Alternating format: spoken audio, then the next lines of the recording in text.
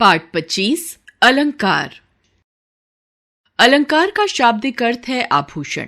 जिस प्रकार महिलाएं आभूषणों से अपना श्रृंगार किया करती हैं तथा अपनी सुंदरता को बढ़ाती हैं, उसी प्रकार कविगण कविता का श्रृंगार करने तथा उसकी शोभा बढ़ाने के लिए अलंकारों का प्रयोग करते हैं। भाव यह है कि काव्य की शोभा दो प्रकार से बढ़ाई जा सकती है। शब्द के स्तर पर चमत्कार।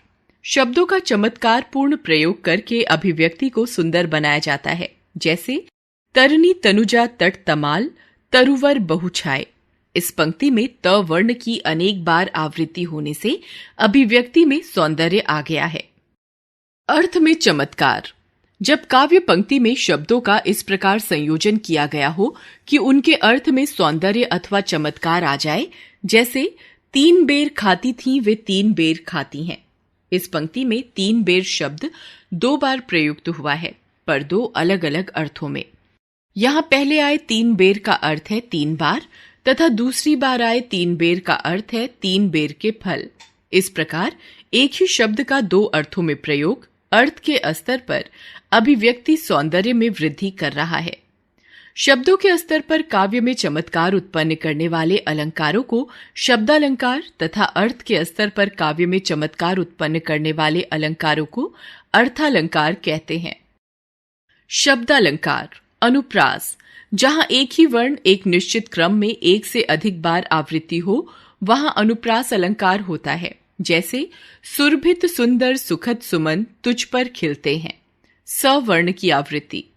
चारु चंद्र की चंचल किरणें। च वर्ण की आवृत्ति। यमक अलंकार। जहां किसी काव्य पंक्ति में एक शब्द एक से अधिक बार प्रयुक्त हो पर उन समान शब्दों के अर्थ अलग अलग हों, वहां यमक अलंकार होता है। जैसे माला फेरत जुग भया फिरा न मन का फेर। मन का माला के दाने। कर का मन का डार दे मन का फेर। मन का हृदय का। कनक कनकते सौगुनी मादकता अधिकाय। कनक सोना। वा खाए बौराए जग या देखे बौराए। कनक धतूरा। श्लेष अलंकार। श्लेष का शाब्दिक अर्थ है चिपका हुआ। श्लेष का शाब्दिक अर्थ है चिपका हुआ। जहां किसी काव्य पंक्ति में कोई शब्द एक ही बार प्रयुक्त हुआ हो परंतु उस शब्द के एक से अधिक अर्थ निकलते हो, वहां श्लेष अलंकार होता है। जैसे जो रहीम गति दीप की कुल कपूत गति सोए। बारे उजियारो करई बढ़े अंधेरो होए। यहां बारे का अर्थ बालक के संदर्भ में बचपन है तथा दीपक के संदर्भ में जलाना। इसी प्रकार बढ़े शब्द का अर्थ है बालक के बड़े होने तथा दीपक के बुझने पर है। मंगत को देख पट देत बार बार। यहां पट के दो अर्थ हैं, वस्त्र और किवाड़। पहला अर्थ है कोई व्यक्ति किसी याचक को देखकर उसे बार बार वस्त्र देता है, और दूसरा अर्थ है कोई व्यक्ति याचक को देखते ही दरवाजा बंद कर लेता है। अतः यहां श्लेष अलंकार है। अर्थालंकार। उपमा। उपमा का अर्थ है समानता, अर्थात मिलता जुलता रूप दिखाना।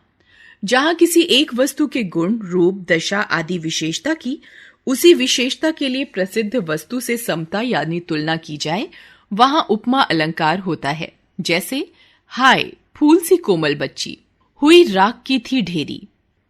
यहां बच्ची की तुलना फूल से की गई है, यहां उपमा अलंकार है। सीता का मुख चंद्रमा के समान सुंदर है। यहां सीता के मुख की तुलना चंद्रमा से की गई है, अतः यहां उपमा अलंकार है। हरिपद कोमल कमल से। यहां हरिपद की तुलना कमल से की गई है, अतः यहां उपमा अलंकार है। रूपक। जहां दो वस्तुओं में गुण की अत्यंत समानता के कारण दोनों को एक बना दिया जाए, वहां रूपक अलंकार होता है। जैसे चरण कमल बंदौ हरिराई। यहां हरि के चरणों उपमेय को कमल उपमान के समान बताकर एक रूपता दिखाई गई है, अतः रूपक अलंकार है। मैया मैं तो चंद्र खिलौना ले हूं। यहां चंद्रमा उपमेय में खिलौना उपमान की एक रूपता है, यहां रूपक अलंकार है। पायो जी मैंने राम रतन धन पायो। यहां राम रतन उपमेय को धन उपमान के समान बताकर एक रूपता दिखाई गई है, अतः यह रूपक अलंकार है। उत्प्रेक्षा। जहां एक व्यक्ति या वस्तु में दूसरे की संभावना यानी कल्पना का वर्णन हो, वहां उत्प्रेक्षा अलंकार होता है। जैसे उस काल मारे क्रोध के तन कांपने उसका लगा, मानो हवा के वेग से सोता हुआ सागर जगा।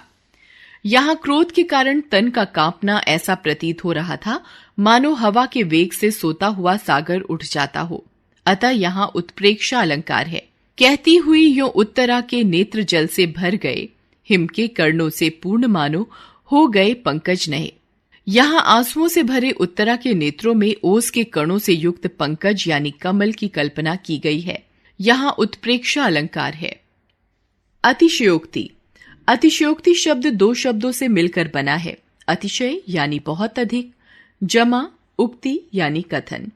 जहां किसी विषय का अत्यंत बढ़ा चढ़ाकर वर्णन किया जाए वहां अतिशयोक्ति अलंकार होता है। जैसे देखकर रूप सलोना चांद भी शर्मा गया। यहां नायिका के रूप का बढ़ा चढ़ाकर वर्णन किया गया है। यहां अतिशयोक्ति अलंकार है। देख लो साकेत नगरी है यही, स्वर्ग से मिलने गगन को जा रही।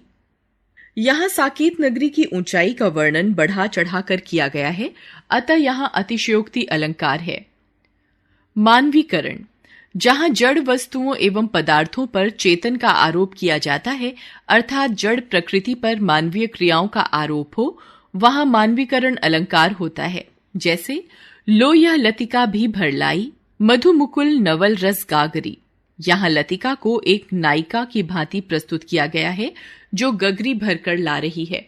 मेघ आए बड़े बन ठनकर संवर के। यहां मेघों के मनुष्यों की भांति सज संवर कर आने का चित्रण किया गया है। मेघमय आसमान से उतर रही है संध्या सुंदरी परी सी धीरे धीरे धीरे। यहां संध्या को आसमान में उतरने वाली सुंदरी के रूप में दिखाया गया है। आओ दोहराएं। अलंकार शब्द और अर्थ की दृष्टि से भाषा में सौंदर्य और चमत्कार उत्पन्न करते हैं। अलंकार के दो भेद होते हैं। अनुप्रास, यमक तथा श्लेष शब्द अलंकार हैं। उपमा, रूपक, उत्प्रेक्षा तथा अतिशयोक्ति अर्थालंकार के अंतर्गत आते हैं।